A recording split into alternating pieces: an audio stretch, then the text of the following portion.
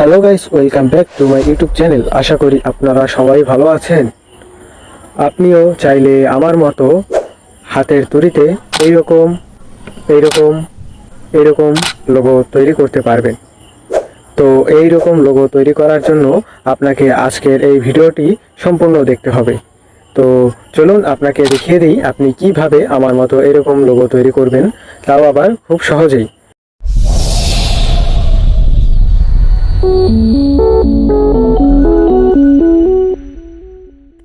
তো প্রথমেই আমরা আমাদের ফোনে ক্রোম ব্রাউজারে চলে যাব এবং সার্চ করে নেব ideogram.ai।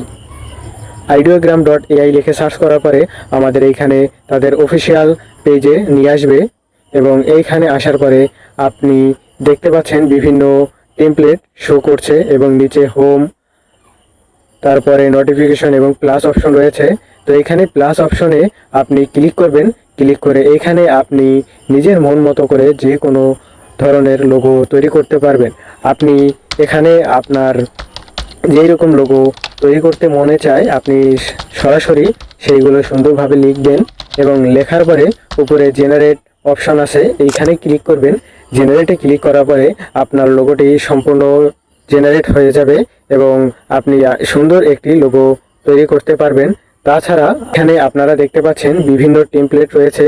তো এই টেমপ্লেটটিও আপনি কিন্তু চাইলে লোগো তৈরি করতে পারবেন। তার জন্য প্রথমে আপনাকে কি করতে হবে, এখান থেকে একটি টেমপ্লেট বাছাই করে নেবেন। যেমন আমি এইখান থেকে এই টেমপ্লেটটি বাছাই করে নিচ্ছি এবং এইখানে দেখতে পাচ্ছেন টেমপ্লেটের 4টি ছবি রয়েছে।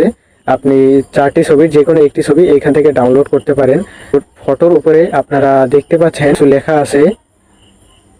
তো আপনি এই লেখার জায়গায় আপনি নিজের ব্র্যান্ড অথবা নিজের ইউটিউব চ্যানেল নাম লিখতে পারবেন।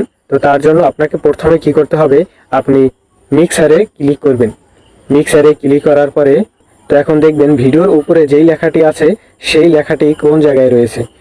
সেই লেখাগুলো খুঁজে আপনি সেই লেখাগুলোকে ডিলিট করে তারপরে আপনি নিজের যেই চ্যানেলের নামটি দিতে যাচ্ছেন সেটিকে এখানে লিখে দেবেন। লিখে আপনি জেনারেটে ক্লিক করবেন। জেনারেটে ক্লিক করার পরে আপনাদের এখানে একটু সময় নেবে। সময় নেওয়ার পরে আপনারা দেখতে পাচ্ছেন এখানে আমাদের লোগোটি তৈরি হয়ে গেছে। এখন এখান থেকে আপনি এই লোগোটি কিভাবে ডাউনলোড করবেন, 3 ডট আইকনে ক্লিক করতে হবে এবং 3 ডট আইকনে ক্লিক করার পরে ডাউনলোডে ক্লিক করবেন। ডাউনলোডে ক্লিক করলেই আপনাদের এই লোগোটি কিন্তু সম্পূর্ণ এখান থেকে গ্যালারিতে সেভ হয়ে যাবে। তো বন্ধুরা, এই ছিল আজকের ভিডিও।